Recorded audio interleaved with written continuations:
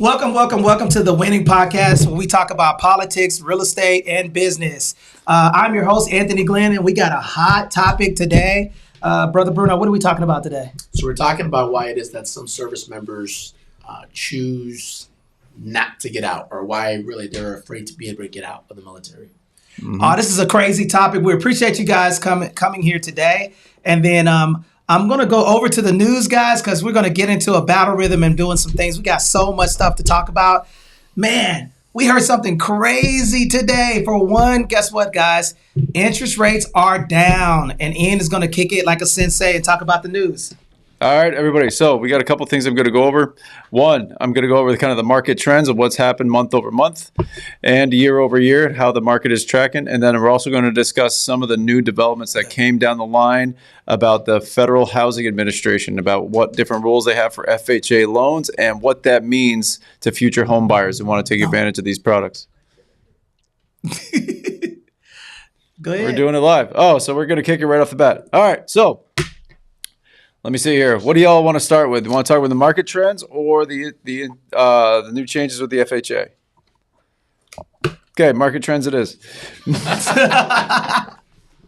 Sitting on your hands and shit over here.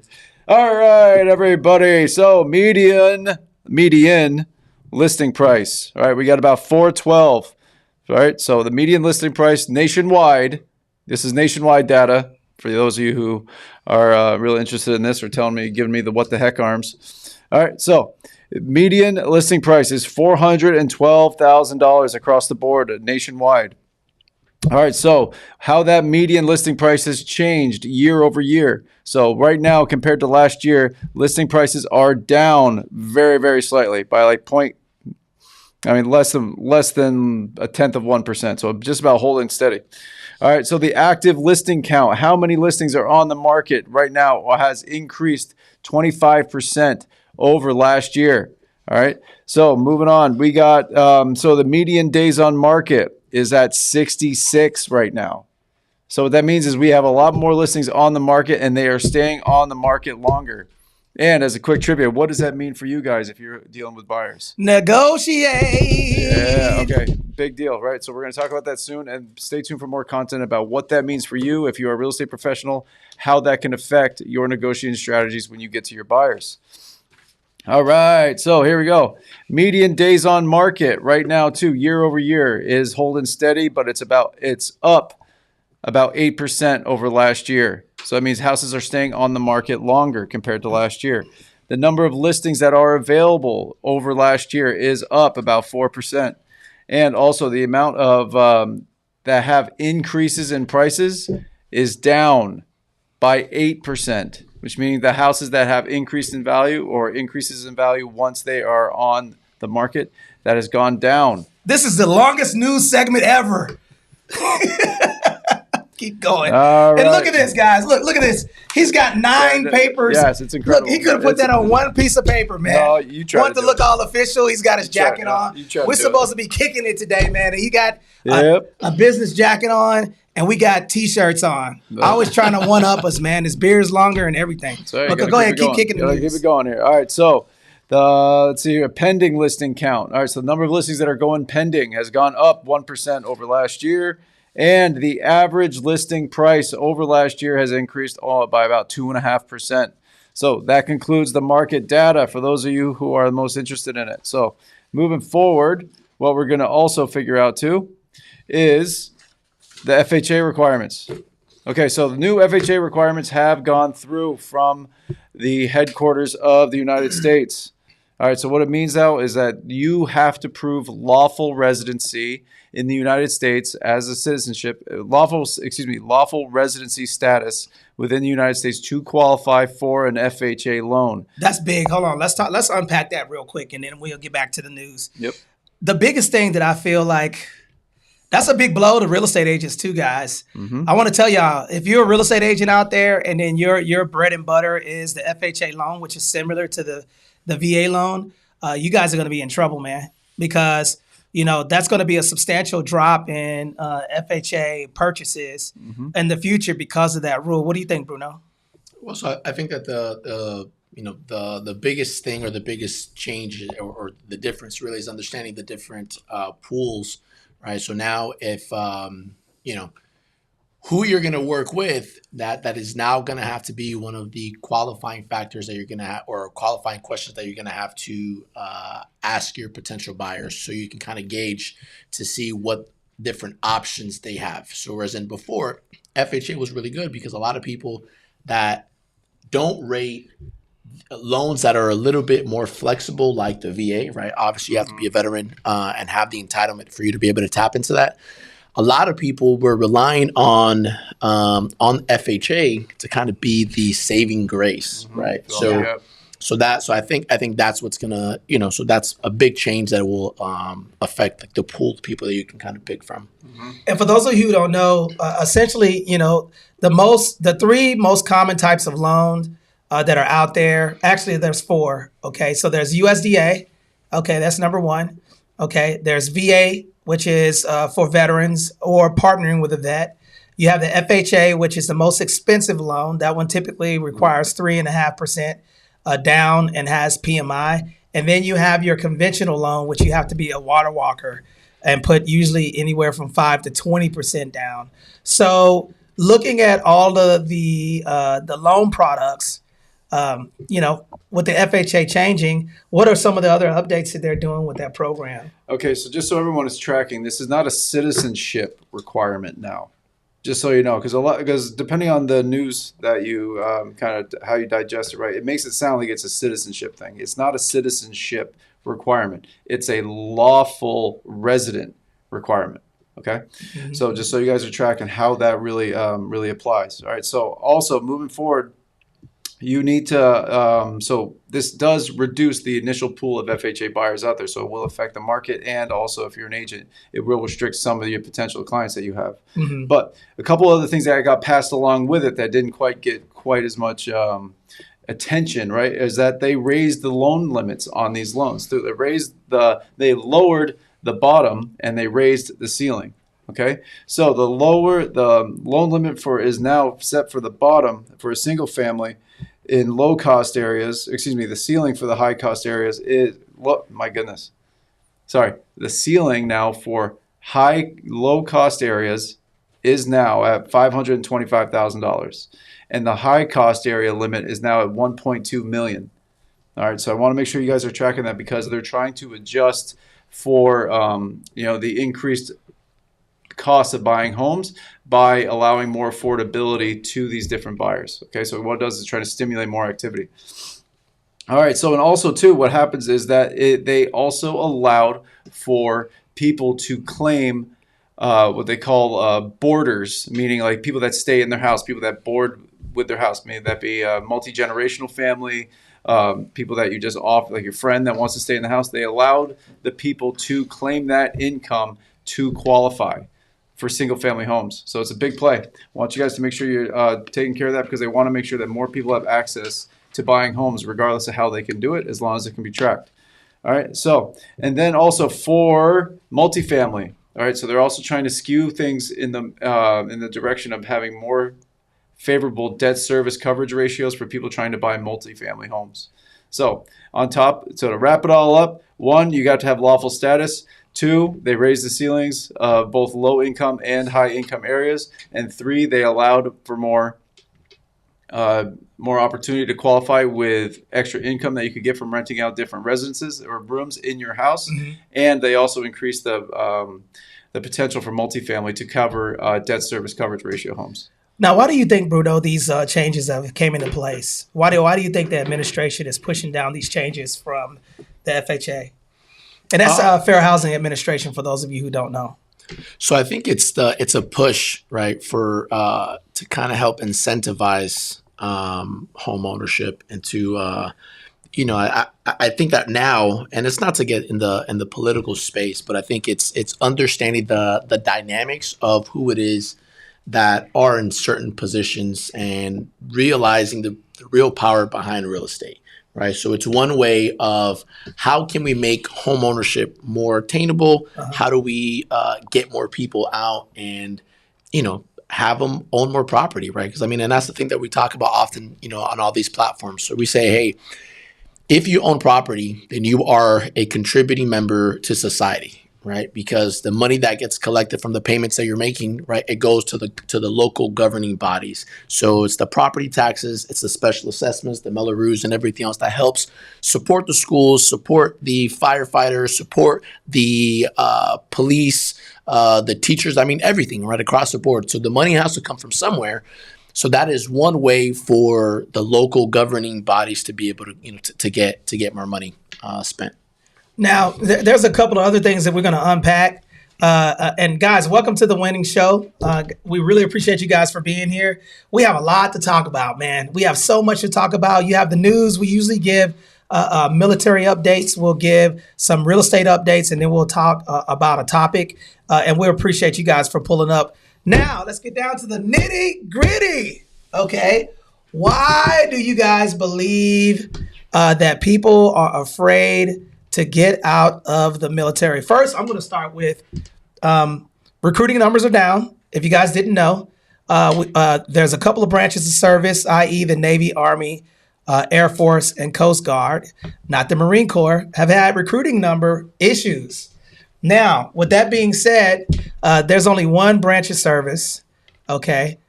God, country, and Corps, the United States Marine Corps. We haven't had those issues with recruiting. All right? So, sorry, guys, but, the most lethal fighting force on the planet, we don't have those issues with recruiting. Shout out to Mr. Vance, by the way. All right. What do you think about that? The Vice Corporal. Yes. Of the United All States. right. What do you think that feels like, guys? A corporal giving orders to generals and stuff like that. That's pretty unique in nature. And he is wearing it all over, and I am loving it. Okay. JD Vance, we want you to come on the show so you can come holler at us. Okay. But Have you seen his patch? It's a formal. So when he was so the other day when Corporal he of was, America. so it said yeah, like the Corporal of Marines, like really? it's the Corporal of Marines. So he had like a little patch over Oh there. yeah, like the And sergeant, then- the Corporal of the Marine Corps. Yeah, Corporal of the Marine Corps. Yeah, that's awesome, man. It's good to see that we have people who have served, sitting in that position, and the vice president being a U.S. Marine, it's pretty dope, man. But why do you think? Trivia question: has there ever been a Marine president? That's a good question. No idea. No, I don't believe so either. No. there's Not never that I know. been. There's never been a U.S. Marine president, but now there's been a vice president. Yep. Right? So that's pretty cool. But Ian, why? I know you served in the U.S. Marines. Let's speak from your lens first. What was one of the scariest things that you had to do with getting out? And from your experience with your peer group, what were some of the challenges that people had with getting out of the military? One of the things I faced specifically was: are you going to stay in the same skill path that you have that you're coming out of? If you are, let's say, in the logistics part of the military, are you going to go into logistics and continue that career path with the skill set you already have developed, which is a really, really great idea. I mean, you spent 5 years, 6 years, 10 years, 20 years, whatever, like developing a skill within that industry. Yes, it's in the military and it works fundamentally different, but the idea of it is still the same.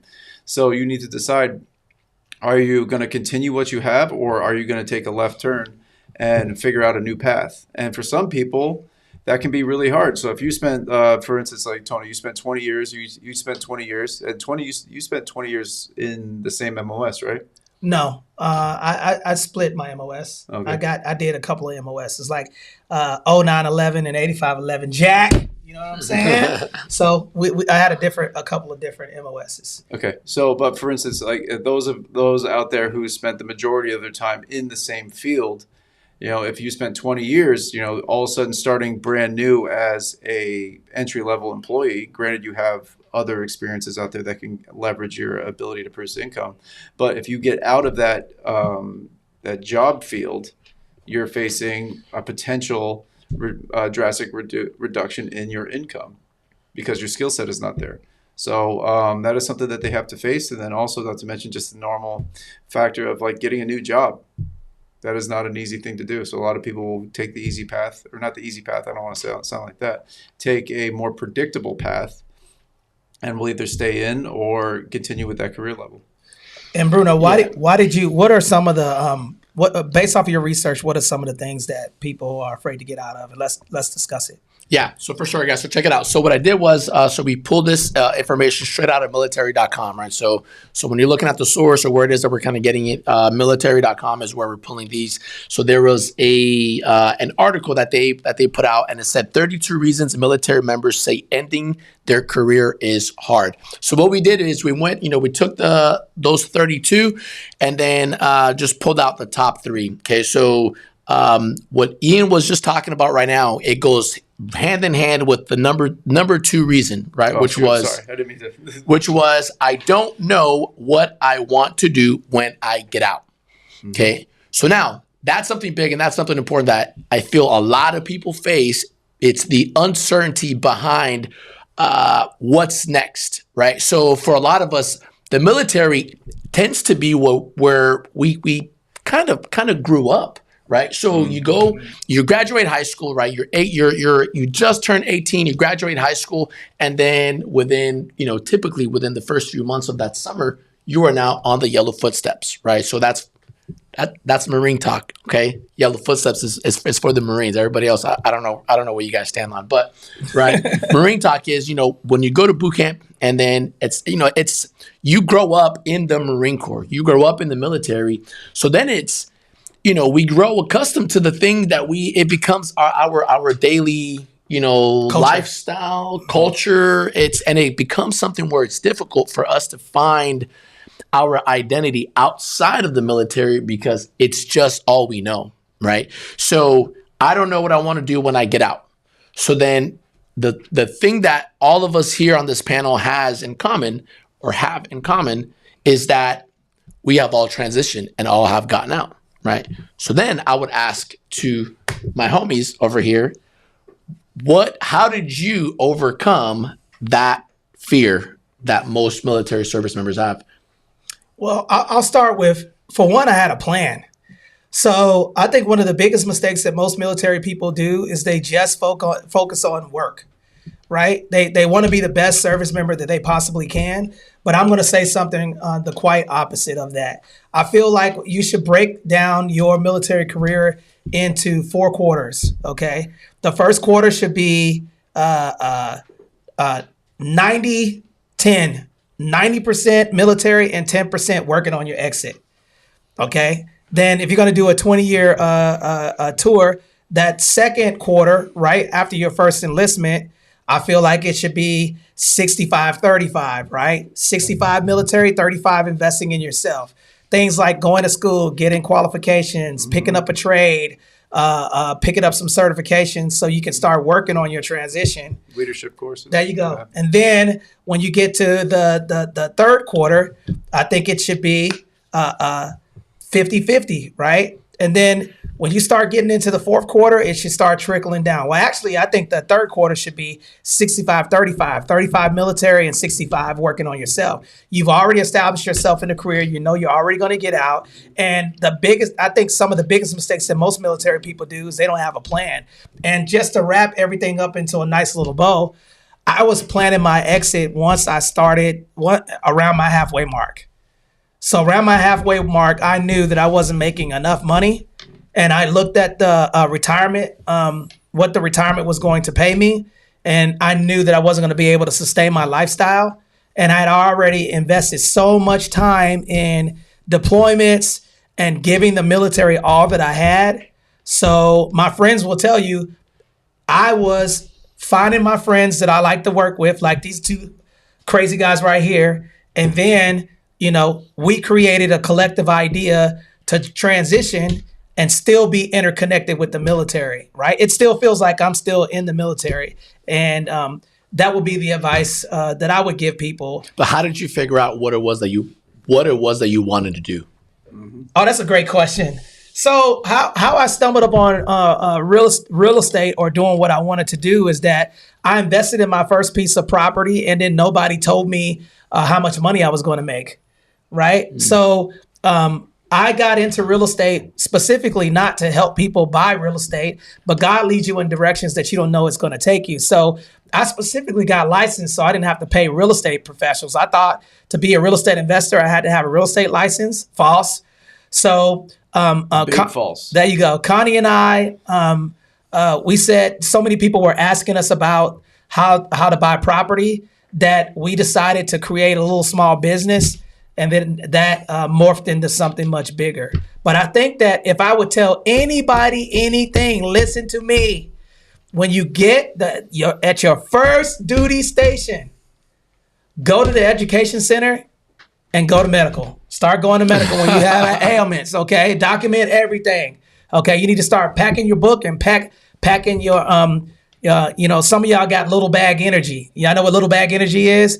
That means you're so focused on the military, that first and the 15 paycheck, right? That paycheck is designed to keep you interdependent on that so they can keep your butt re-enlisting. So my advice is to get with the education center, document your military ailments, and then also talk to a financial planner so you can plan your exit.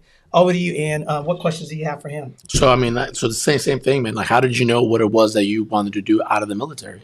So, like, what is it that led, for you to overcome that fear, right? Because I feel like across the board, everyone that serves in the military, I don't care who you are, man, at one point or another, that thought has crossed your mind.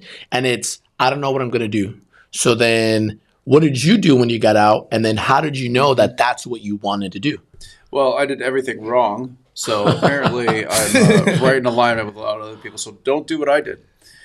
So I did a little bit of what Tony was talking about, where he took some classes to try to get prepared. But every time I started researching a career, researching different ideas, income potential, basically impact to your life, like I was not really hitting anything I really liked. And not to mention, my situation was a little bit different too, because my wife was in grad school and in a medical program. So we were like by the book, slated to move 3 times in the next 2 years.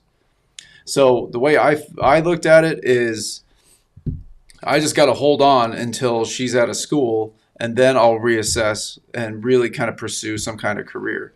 And I don't know if that was the best opportunity, because to be honest, I had an Intel background, and there's a lot of fantastic jobs out there for people that get into the Intel field. So any of you, don't sleep on those. Get your credentials, stay on top of your clearance, all that good stuff if you really love what you're doing. Me personally, I decided to, like I said, I took, a left face and then moved away from anything regarding the Department of Defense. That was just what I wanted to do. So after I just went right into construction, to be honest with you, because I knew I could always at least make some kind of income there. And after I spent about a couple of years doing it, I knew that there was a long road ahead of me. So I reached out to Anthony just to say, hey, what industry do you feel is really as a profitable industry to get into? Because I knew that after 3 years of being out of the military, that I had enough of life kicking me in the head to realize that you need to spend some time developing a skill set. So you reached out to him after you got out? After I got 3 years, it was 2 years after I got out, and it was just for some good old fashioned gunny advice. Hey, guns, because gunnies know best. Yeah, right. And anyway, so I mean, that's what I did. I started to reach out to people that I knew were doing things at the capacity that I was interested in doing. And then from there, I just decided to, I took his advice, and long story short, that he offered me a job here at the company, and here we are. But that is not available to everybody. So if you are getting out and you don't know what to do, I would say find the life that you want to live as much as possible and figure out how you can build that life with a career. Because it's almost like you got to work backwards, find where you want to be and figure out how to get there. I have a question for you, Bruno. Yeah. Why didn't you go into any type of Intel capacity? Because I'm going to tell y'all something funny about my homie right here. Bruno was going to the whole 60 point. I'm like, dog. He's like, yo, I got to show. I said, bro, he was already killing it in the real estate industry, right? Because he had already been in the game for a long time. He was on active duty, and he wasn't going to work for the past 3 years while he was on active duty. And lies. 3 straight years. I'm like, dude, how are you in the office? He had 91 escrows. He was going hard. But seriously, why did you, with you having a really good career in the Intel community, What made you not go into that industry? And that's a good question. So for me, right, it was going off of what Ian was saying, was trying to figure out and everything else. So for me, I used what I did not like to drive to drive me to where I needed to figure out what I did like. Right. So for me, That's good. I think I lost my interest. Can you say it one more time? Yeah. So I used what I did not like to drive me to the point to where I can figure out what it was that I would enjoy. Right. So I was leveraging what I knew that I just didn't like. That's right. good. So the thing for me was this, guys. I was, obviously I was in the Intel community and everything else. And I think I lost some of the appetite, or really the love for it. Right. After we left Iraq and Afghanistan, right? And I feel as if that at the time, I had a lot of purpose. I was working incredibly hard, and I was able to see some immediate returns on my efforts. And it wasn't financial, right? It was just strictly, I was putting in some work, some serious hours, back-to-back deployments, and I got to, I was in the unique position to where, not by choice, I was just always at an infantry battalion. Those were the cards that the Marine Corps had for me. And what's unique about doing intel at the infantry level is that you get to do some stuff, you do some administrative stuff, and then you would every now kind of going after and then seeing your intel and your work kind of come to fruition. So for after a guy, we built a target package, and then we get to go and capture the guy, and then you get to interview the guy or interrogate the guy, right? So there were just things that I was doing for a while that I felt as if gave me a really big sense of purpose, right? So what's that? Oh, okay. So it gave me a sense of purpose, right? So after a while, I ended up losing the interest in that once we kind of got pulled away from warfighting, and I just knew that I just didn't like intel. So I was like, okay, well, I'm going to do something else, but I just know that it's not going to be intel. And then I've always, man, even before I joined the military, I've always had a passion for real estate.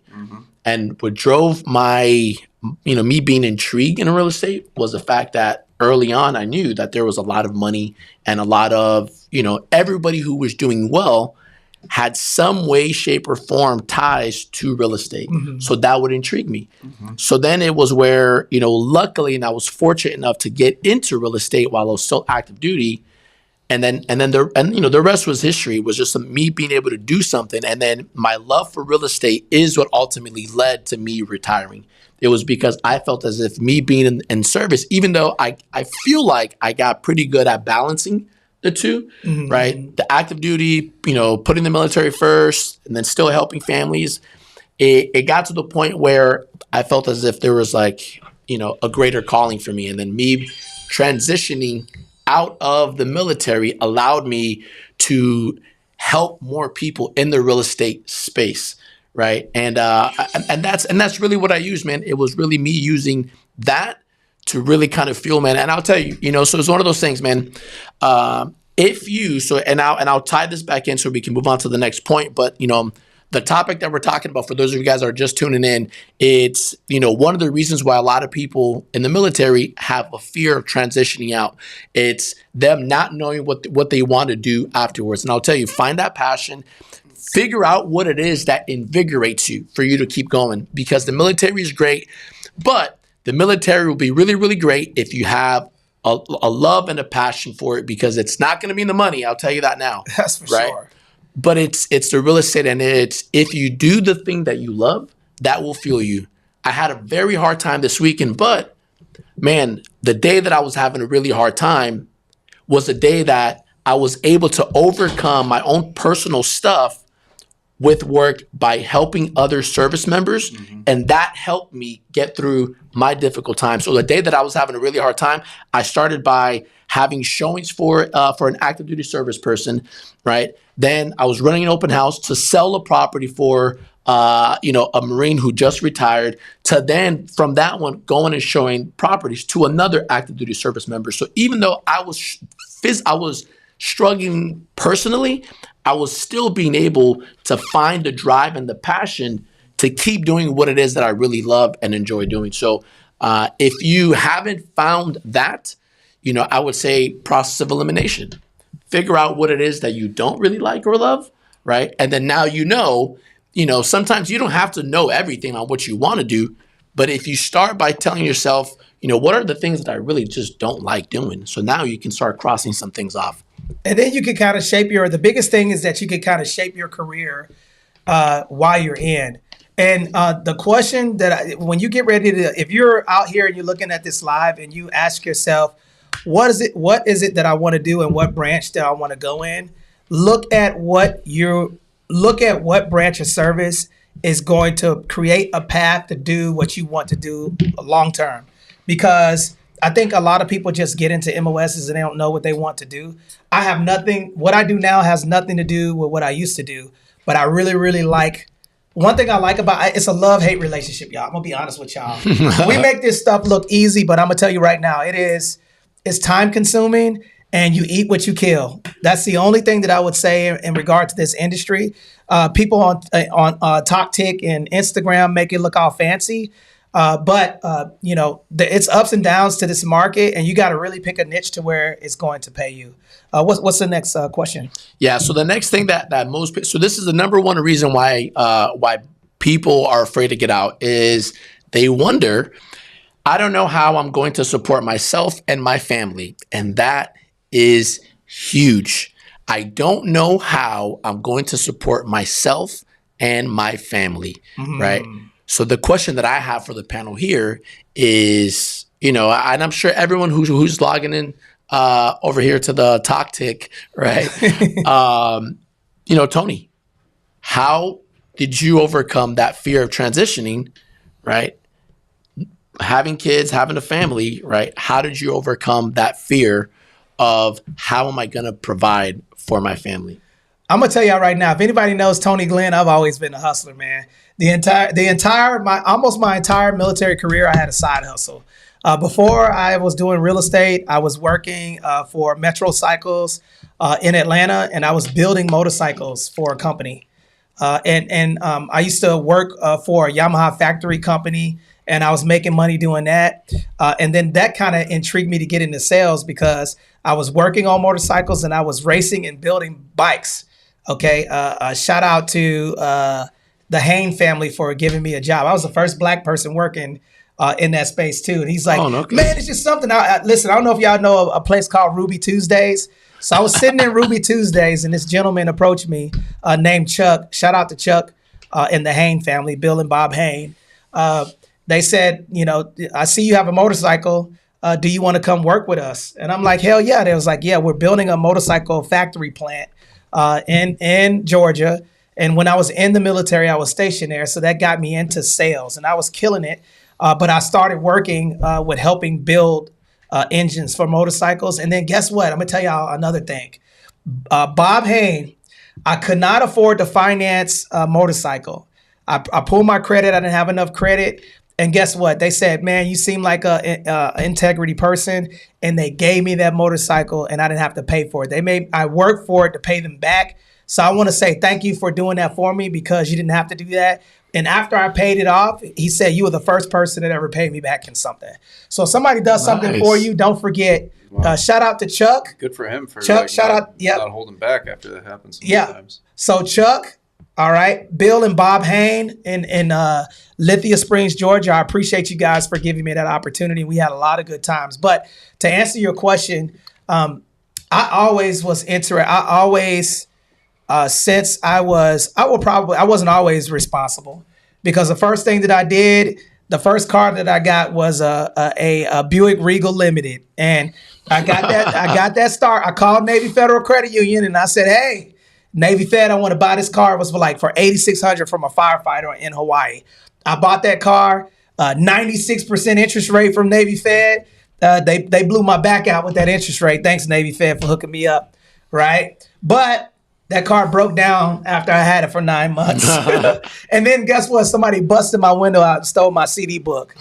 That was my first lesson. I called CD book. You remember the CD books? The binder. My father called me and he said, hey, don't buy no car. You don't need no car. You can get away everywhere on base. It's an island. You don't need a car. I said, I'm gonna get a car anyway, and the car broke down on me.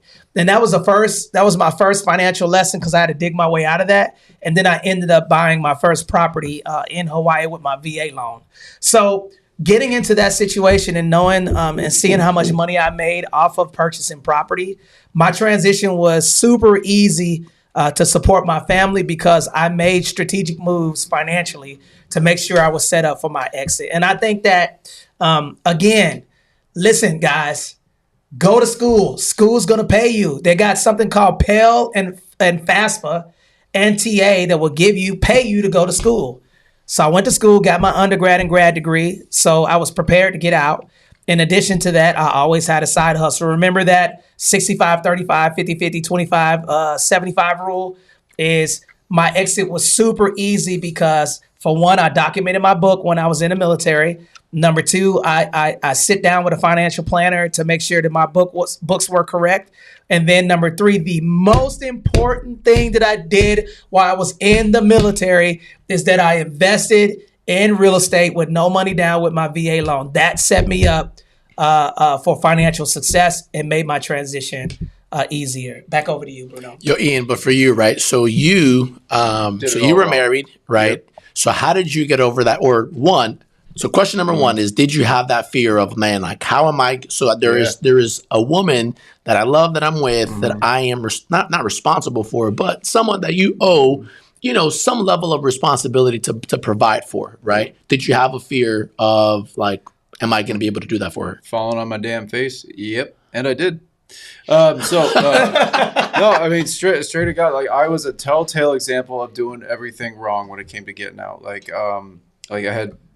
So getting out after your first enlistment, like, yeah, you have a lot of experience that you can market to yourself for job applications, but the higher level jobs that give you that kind of income that you want. I want to interrupt them real quick. You don't always have that experience. Hold on. I got one thing to say. Ian and I worked together, and I did tell his ass to go to school. Yep. Many times, and he didn't because he already had a degree, though. Yeah, I didn't go after an elevated degree to it. So that's 100% something that I could have done. Like, I could have gotten a master's degree with the amount of time I spent on Facebook in my barracks. For real. Like, that's another story. But, like, watch the time you waste on social media, but not this. So this is good. I did it all wrong. 100%. I got out, didn't have a job in place. We already had my wife set up in the apartment that we were going to live in. So I already had, like, living scenarios figured out, and I didn't know the area, but I figured I'll figure it out when I get there, which is, like, whatever, you can do it if you want to do some cowboy stuff. But, like, that's what I did. And it was rough because, I ended up getting a really great experience with the jobs I did find, but they weren't anywhere near the level of income that I would have needed if I had more responsibilities within my family, right? So myself and my wife, we knew that we already knew how to kind of operate off a low budget, so it wasn't really that big of a play for us. We could have figured it out with a pretty reasonable job that I did get. However, that was years of spending time not at a certain income level, which is I think I was making maybe 25 grand a year when I just got out, when I could have easily have walked into a job paying like 60. So, that's 35 grand for 3 years. That's 100 grand I did not earn that I could have, leveraged for another investment. So, like, the amount of time you'll lose by not having your stuff figured out can be very expensive. Because, like I'm saying, like, that is the opportunity cost of not having your stuff figured out. So, don't do what I did. Have something 100% nailed down that is within probably the max that you can hopefully achieve. Because the biggest picture that we're going to, all the way back to the real estate pieces, is if you don't have something figured out, then you can lose the time of, like, continuous income. And that could keep you renting for a couple of years while you have the time to build up a continuous income with the bank. Right? So if you're paying $2 grand a month and the amount of time goes by where you don't have a good career, and then the bank's going to see 2 years wants to see 2 years of income. So if you're paying $2 grand a month and you got to wait another 2 years, well, you just burned up 50 grand until you could get to that point of buying that house. And if you bought a house right when you got out, you would have had a house that appreciated for those 2 years in addition to. So, like, the amount of money that you can lose by not being prepared stacks up really quick when you don't have a support system behind you. Because one of the things that I think a lot of people also like miss when they get out of the military is all the different people, right? That's something that kind of you hear all the time, that they miss the culture, the community. Because like there's very few circumstances where you work with that many people at any one time. Like a battalion's got anywhere from 300 to 800 people. Yeah. That you would see and work with and interact with on a regular basis, because all the different shops, cohabitate. So like you just don't have that ability to network and to deal with, the ability to get extra help if you need it when that time comes. One thing that you did do though is that you did document your book, so you did have that fallback with your disability. No, that was a major help when it came down to it, and then also. When I don't know if it was a good or a bad thing though, because it definitely gave me everything I needed to be able to sustain ourselves, because we were in these locations for such short period of times. We were in Austin for 6 months, 6 to 8 months, and then we had to go to New England for 3 months, and then we were in Georgia for 3 months, and then that's when we had to make our decision. So I had to move all the time. So when that lifestyle was kicking off, like the amount of extra income that you can get from your disability can be a life changer. So, man, look, so real quick, what I want to do is I want to give a shout out, man, to Gunny Ram on the gram. Popping in, man. Gunny Ram.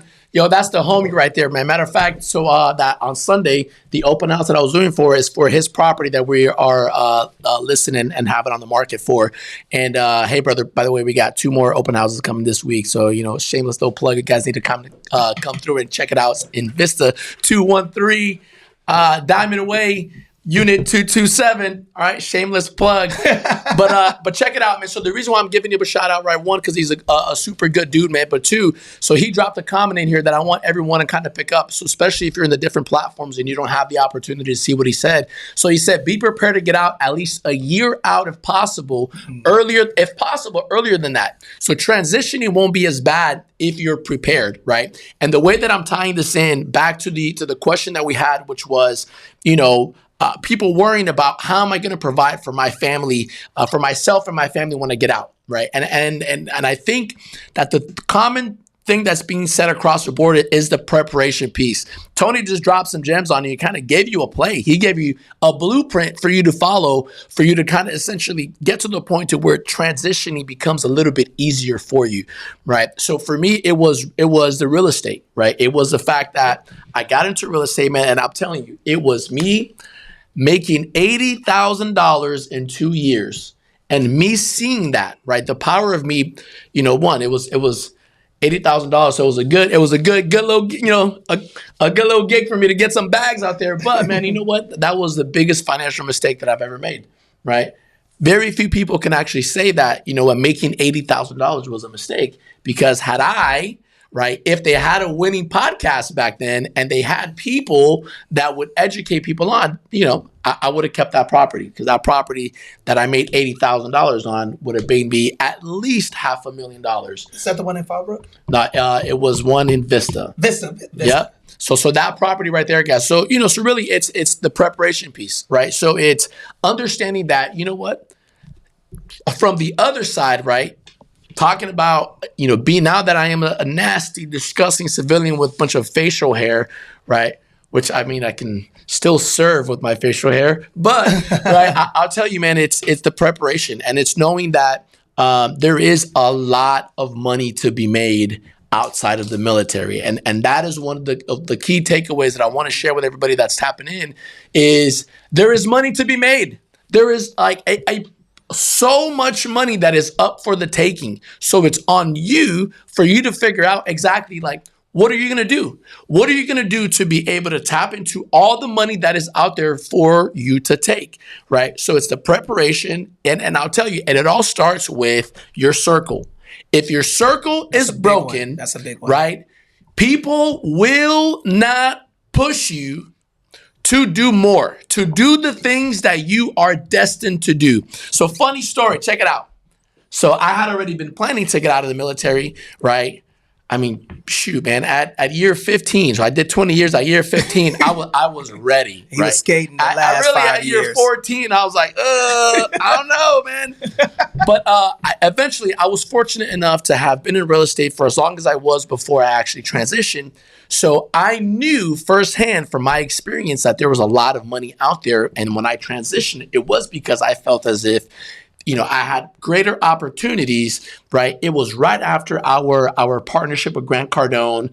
And then, and I remember Tony and Ian, because they were out, they were able to be in meetings and be on Zoom calls and do things that I could not, because either one, the signal on Camp Pendleton sucked, right? And they're over here ragging me like, oh, why aren't you in these meetings? And it was because, it was because of that. Right? Oh my God, here we go. Because of that freaking T-Mobile sidekick that he has. It had nothing to do with his service. Right. So, and you know what? It was seeing my friends where I'm like, dang, man, like Ian and Tony are being able to be in spaces that I cannot be in, no matter how good I got with juggling the two, right? Physically, I had to be in uniform and I had to be at my specific appointed place of duty. And that kept me from being in rooms with people that my peers were meeting with that I'm like, man, if only I could be in that meeting with Tony and Ian, right? I can give my 2 cents. I can contribute to the team.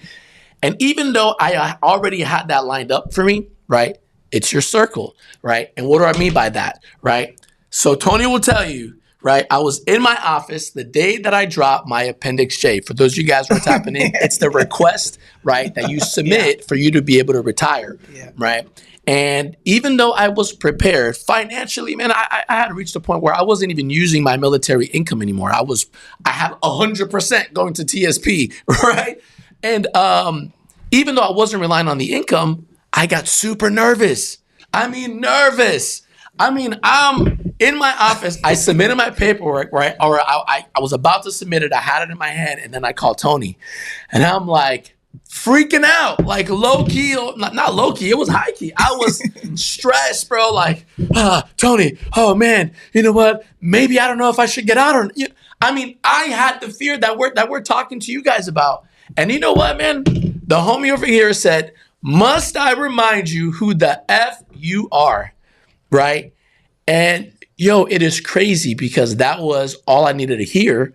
Because sometimes, yes, you do need the reminder from your circle. So you need to surround yourself with people that will remind you who the F you are and can ultimately get you to believe in your potential that you will often forget, right? And the reason why you forget, I tie all this into the third reason why a lot of people are afraid to get out, right? And the reason number 3, right, is my boss, friends, and or first sergeant are telling me to stay in.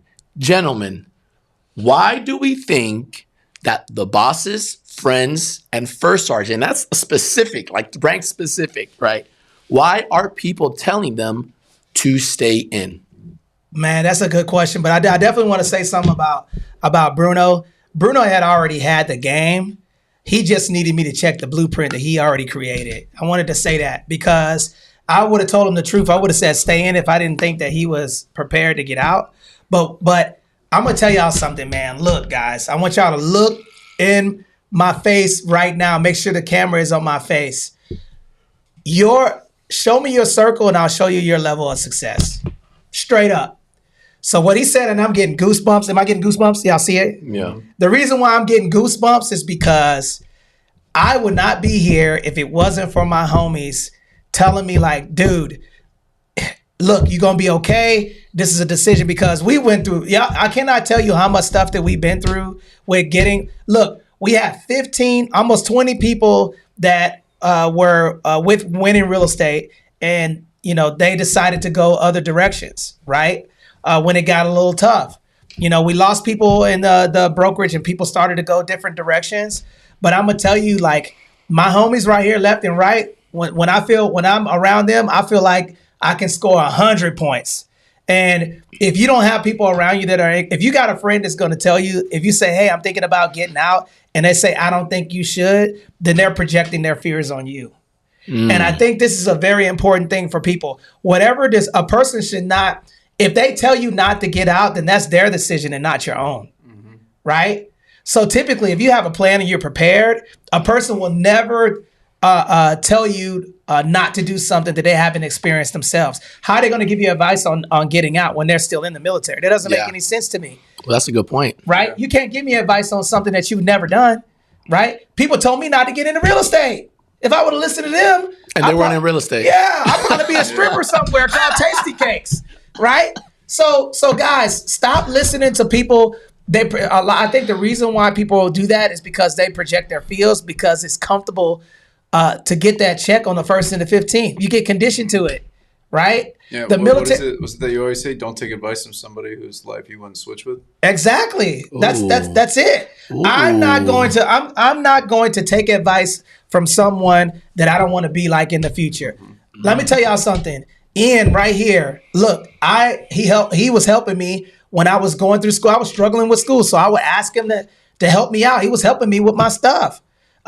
Bruno Nascimento right here, the homie right here. When I was going through personal stuff in my personal relationships, he would be my rock, right? So he would be my confidant to say, hey dog, I got some stuff going on. I want to run this by you. And usually it's always the opposite of what I was thinking. Every single time. I'm like, man, I ain't calling Bruno. But guess what? I know I'm going to get good, wise counsel from people who love me, who care about me. So if you're in the military and you have some people, look at the lifestyle that they ask these questions. Number one, are they financially responsible? That's a big one. Number two, do they have character? Are they raising their family and doing things? Do they have good character? And then number three, are they helping other people? Right? And my friends around me, Connie, Ian, Bruno, Annette, Jess, Sierra, all of these people that are around us, we like being around people who are going to help us, right? So I say all of that to say this, I think the reason why people project those fears is because they're comfortable. At the end of the day, they're comfortable, and they will discourage you from doing something, and then now you re-enlist and you regret it versus getting out. And if I could change anything, to be completely honest with you, after 20 years, it's not worth it. I'm keeping it a beam with y'all. After 20 years of being in the military, anytime after that is not worth it, because after you're probably, E8, E9, E7, 8, or 9, right? So you're going to stay in to get an extra $1,000, extra $2,000, $3,000 a year, maybe $4,000 a year, when you can get out and transfer into a career that's going to pay you 10x that amount of money because you prepared yourself to get out. So I personally feel like if you feel like you're going to get out of the military, make sure that you got friends that have a goal, and you see them working towards a mental, financial, spiritual, or economical goal that they want to achieve, and they're thoroughly immersed on doing it, and be around people like that. And that's the reason why I was able. My success is not from me. My success it comes from being around successful people. Just that simple. And you need to be around these people that are going to push you in a direction that you would not go into. Because 1,000%, if it wasn't for Tony and Bruno, grilling my ass or setting a really good example, I wouldn't push myself to try as hard as I try to do. And there's a lot of growth I could do on my own when it comes to improving myself. But when it comes to I know for a fact, I would not have done the things that I have done if it wasn't for somebody setting a good example and holding you accountable, which is one of the best things that the military has going for it, for sure. As far as a personal development thing, they're great. You have a great opportunity to meet amazing people. However, you need to find out where you can take that and build off of your own development. Because right today, I was joking with Tony. We were having a discussion about some of the difficulties we're going through with work, and then I had some kind of cliche. I said to him, it's the struggle that makes you stronger. And then I was about to walk out the door and head home and take my happy ass and try to beat traffic. And then he tells me, "Oh, Bruno's on his way here," and that was at 12:30, and here we are at 4 o'clock now, still at work. And I was like, God damn it, that's some ironic shit. I was ready to freaking skate my way out of here preaching about some kind of bullshit discipline. Right? And then here it goes, God shows me, hey, it's time to actually kind of put your money where your mouth is And look at this. We already got, how many people have come through the live? Like what, a couple hundred now on Yeah. Tony's? I think I've had 6 come through mine. So, no, guys, like this is a great opportunity to share what we've gone through. And hopefully that we've like put a 1 in the chat or give us a heart or some kind of interaction if you've taken something from what we've already given out today. But like, stay on the gas if you need it, and you never know what kind of struggle is going to provide you an opportunity to expand. I want to say something to what I called Bruno, and I was about to do something, right? And I was doing stuff because of how I felt versus, and I'd already made my decision. I was going to do it, right? I was going to do this, and he probably knows what I'm talking about. And just him saying, oh, maybe you shouldn't look at it like that. I hate when he says that because it makes me so mad. But then it feels good to be around people that you can run stuff through, because sometimes, I'm an axe when I should be a screwdriver. And, it's good to have other tools in the toolbox to have you balanced out, because all three of us we're experiencing changes in the market. We're experiencing changes in our personal and professional relationships with people.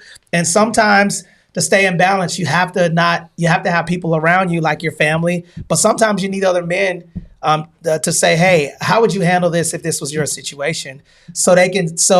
Because when you're in it, you can't see it. It's like kind of putting your hand in your face. You can only see your hand, but when you move your hand out, you'll be able to see with a 360-degree view. So I would definitely say get a white friend and a Hispanic friend. Right? All right. So, if you got, make sure you have a balance in friends. Okay. And then get 2 really cool Mexican homeboys too.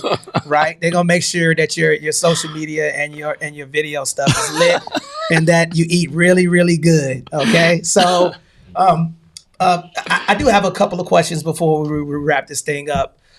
Bruno, Lance Corporal, okay?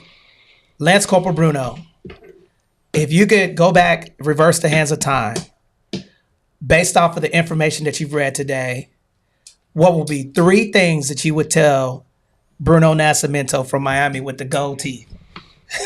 Shit, man. So I think the first thing I would say is get into real estate sooner, right? Mm-hmm. Because when people talk about time is money, real estate is the epitome of time is money. It's because as a property appreciates in value over time, mm-hmm.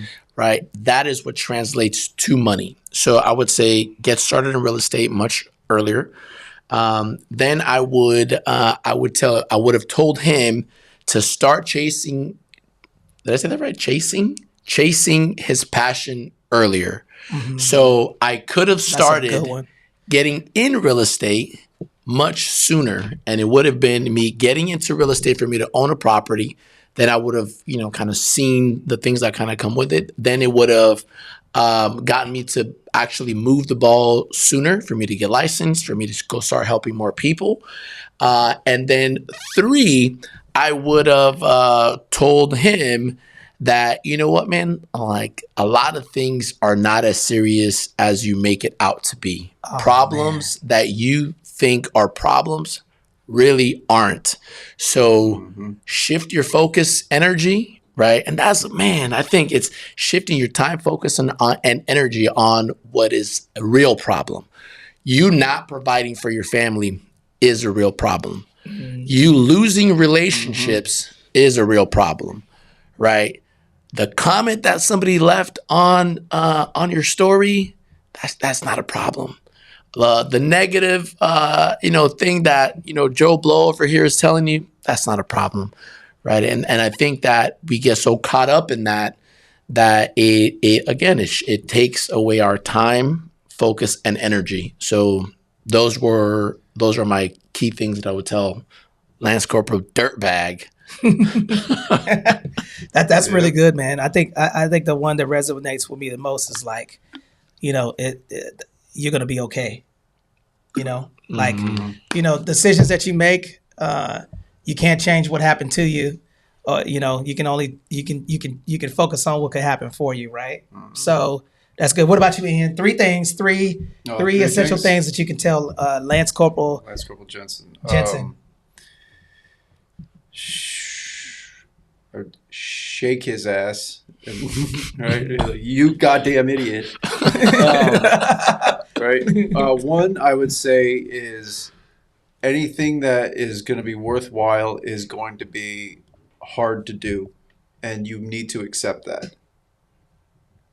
Because I had a really bad habit of thinking that some sort of half-assed effort would get me the thing I wanted. And the thing I wanted were always like, grand accomplishments. So one, for sure, that it's going to be hard. Two, that you need to be consistent for way longer than you think you need to be. For sure. And then I would say my third thing I would tell myself would be to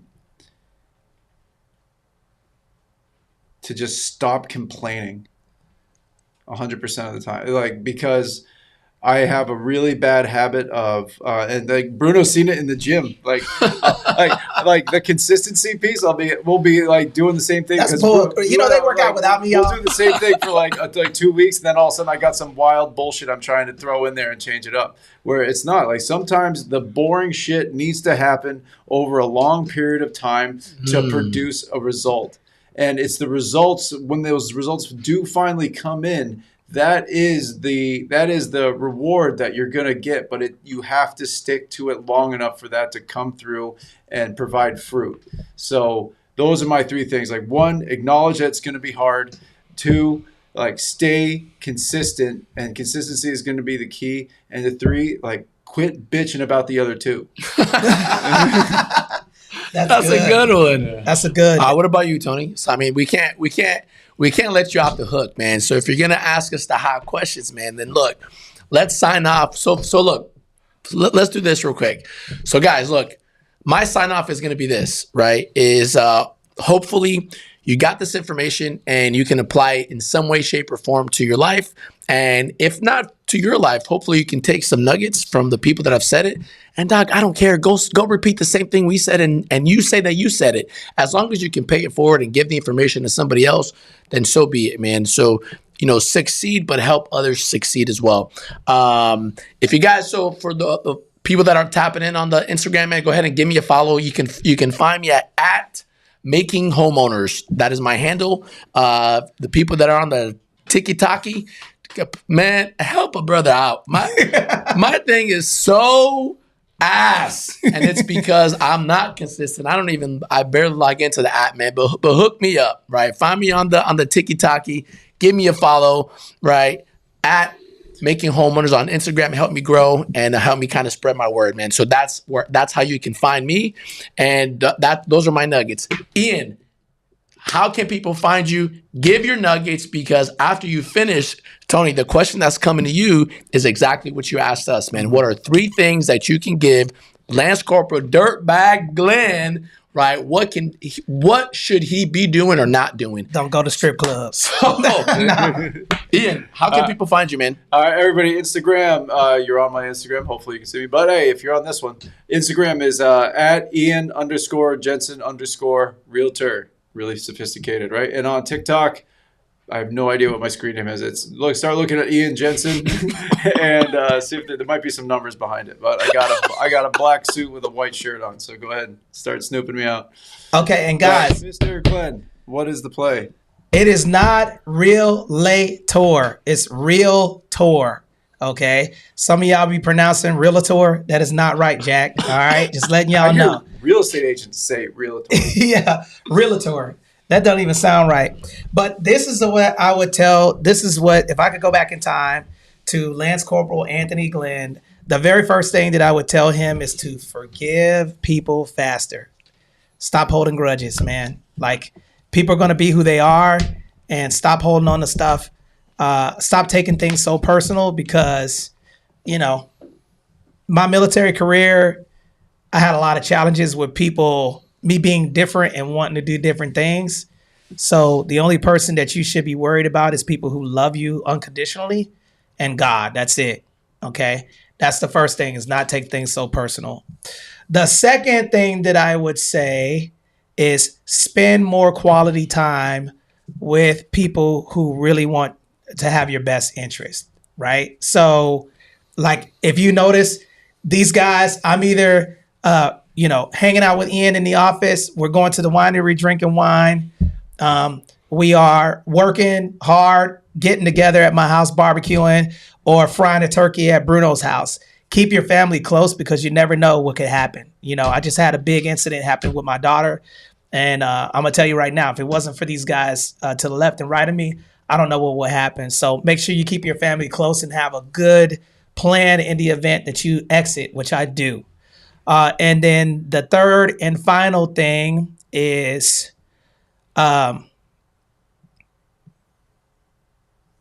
make sure you have an opportunity for people to partner and share your ideas with people that you care about so you're not the only star in the sky. Okay. That's why you see the homies on the podcast with me, is because I feel like I wouldn't have a podcast if it wasn't for them. So I want to share my light with my friends, right? It's fun to do business with you. You're going to see us. Listen, I'm marketing right now. You're going to see us doing some big stuff together because I know, like, and trust my people. Right. And, just make sure that you are growing make sure your friends grow with you. Right. You only have so much time. And if you're doing something and you feel that you want to share ideas and grow with your friends, just make sure that your friends are eating with you. Because the table is you can have a big ass table with nobody sitting at it. I definitely want to be remembered by how many people I helped versus how much money I made. So I think that's the biggest one. So that's my answer, man. Bruno, Ian, y'all want to take us out? Any news that we forgot? What we're going to talk about next? Stay tuned. So guys, thank you for joining us on the Winning Podcast. You can find me on TonyGlennII.com, on all social media platforms, TonyGlenn, 2 N's, 2 I's.com. We have a VA loan masterclass. It's going to be coming up soon. Okay. Ian is supposed to have that date. What's the date? It's next weekend. Cap. Okay. So we got a VA loan masterclass coming up. And guys, make sure you like and follow. We're going to be on TikTok live more often too, doing some lives. And then also we're going to be having hot topics. And some of the things that we're going to be talking about is current events, but we're also going to be talking about how you guys can invest. Leave in the comments what you want us to talk about. If there's something, a specific thing that you want us to cover, like the 5 generational wealth pillars, which are? We got real estate, business, pension and retirement accounts, trust, life insurance, and life insurance. Yeah. Right. So we'll talk to you guys about how to do that. If you're trying to underwrite property, do anything. We talk about real live events, but we also talk about things on how you can win at life, man. And the fundamental principle is help people, man. Help more people. You will make more money. I promise you. Hey guys, check it out real quick before we sign out. Hey, so April 12th is when we have our VA loan masterclass. And make sure you guys click the link below, comment, send us a DM, VA loan, sign up for our class, and you guys can tap in. Okay, so we got April 12th, VA loan masterclass presented to you by Cardone Veterans Group, where we will teach you guys how it is that you can leverage your VA home loan entitlement, get into the real estate investment space, and then if you really like to follow the journey, we can tell you how it is that you can leverage that and get into the entrepreneurship space, leveraging your VA loan entitlement. And if you're sorry to Bruno, but if you guys are really interested in that, take action. Text 760-573-2731. Text WIN to that number, WIN, and you will get a link and you can sign up for that class. Let us know how we can get on base. Oh, guys, if you want us to come do a free VA loan masterclass at we can come to a theater near you. Okay. So, Rigo, what's up? My dog Melendez in the building. Shout out to my brother Melendez. That is a crazy dope Marine. Bro, I got to get on a phone call with you, man. I'd like to catch up with you. And shout out to Daphne, my sister, that pulled up on Instagram. And then shout out to my other brother up there. I own a house at the age of 23, thanks to Anthony and his team. Guys, we are more powerful than me. So Keep winning out there, and we'll be excited. Again, that number is 760-573-2731, where we can help you win. And then we'll see you guys next week on the podcast. Peace.